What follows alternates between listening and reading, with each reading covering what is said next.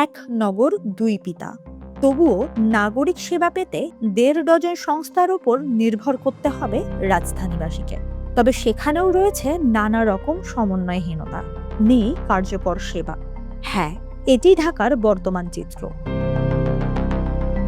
Economics intelligence ইউনিটের সূচকে ঢাকা এখন বিশ্বের অন্যতম বাসযোগ্য শহর। সম্প্রতি প্রকাশিত এই সূচকে ১৭৩টি শহরের মধ্যে ঢাকার অবস্থান ১৭১। এরপর রয়েছে কেবল যুদ্ধবিধ্বস্ত লিবিয়ার রাজধানী লিবিয়া ও সিরিয়ার রাজধানী দামেস্কো। ১০০-র মধ্যে ঢাকার স্কোর ৪২। বিভিন্ন গবেষণাতেও উঠে এসেছে ঢাকার নাগরিক সেবার দুরবস্থা। বিশ্বব্যাংকের মতে দেশের অর্থনীতির চালিকা শক্তি হলেও দ্রুত জনসংখ্যা বৃদ্ধির সঙ্গে তাল মেলাতে পারেনি ঢাকা। মহাপরিকল্পনার পূর্বাভাস ছাড়িয়ে জনসংখ্যা বাড়ায় অবকাঠামোর ওপর চাপ বেড়েছে, আর দিন দিন বসবাসের অনুপযোগী হয়ে উঠেছে রাজধানী। সেন্টার ফর আরবান স্টাডিজ ঢাকার চেয়ারম্যান ও নগর পরিকল্পনাবিদ অধ্যাপক নজরুল ইসলাম জাতীয় অর্থনীতিকে এ প্রসঙ্গে বলেন, ঢাকার অপরিকল্পিত উন্নয়নের অন্যতম কারণ একক নিয়ন্ত্রণকারী কর্তৃপক্ষের অভাব। এতে নানা সমস্যার সৃষ্টি হচ্ছে। পরিবহন পরিকল্পনার সঙ্গে নগর পরিকল্পনার সামঞ্জস্য হচ্ছে না, আবার নগর পরিকল্পনা না মেনে বিভিন্ন প্রকল্প নেওয়া হচ্ছে। বিভিন্ন সময় সিটি গভর্নেন্সের কথা বলা হলেও এ সংক্রান্ত উদ্যোগ নেওয়া হয়নি। ফলে বিশৃঙ্খল শহর থেকে ঢাকার উত্তরণের সহজ কোনো উপায়ও নেই।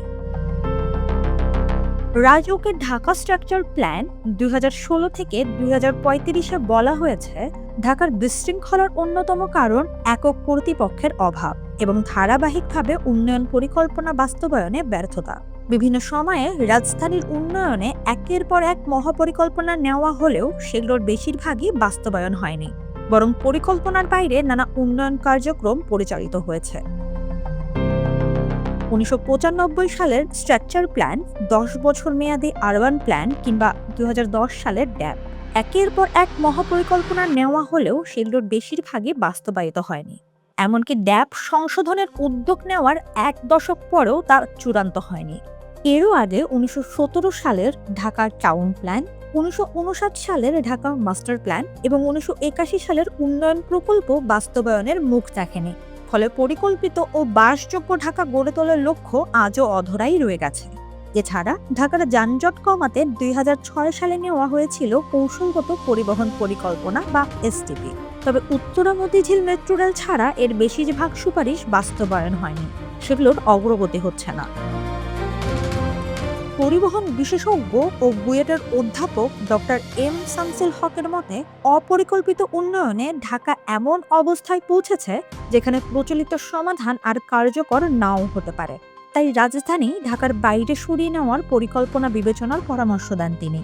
রাজধানী থাকবে ঢাকাতেই নাকি প্রশাসনিক কেন্দ্র সরবে অন্য কোথাও, সে সিদ্ধান্ত ভবিষ্যতের। তবে পরিকল্পিত নগর ব্যবস্থাপনার বিকল্প নেই, সেটাই বলছেন বিশেষজ্ঞরা।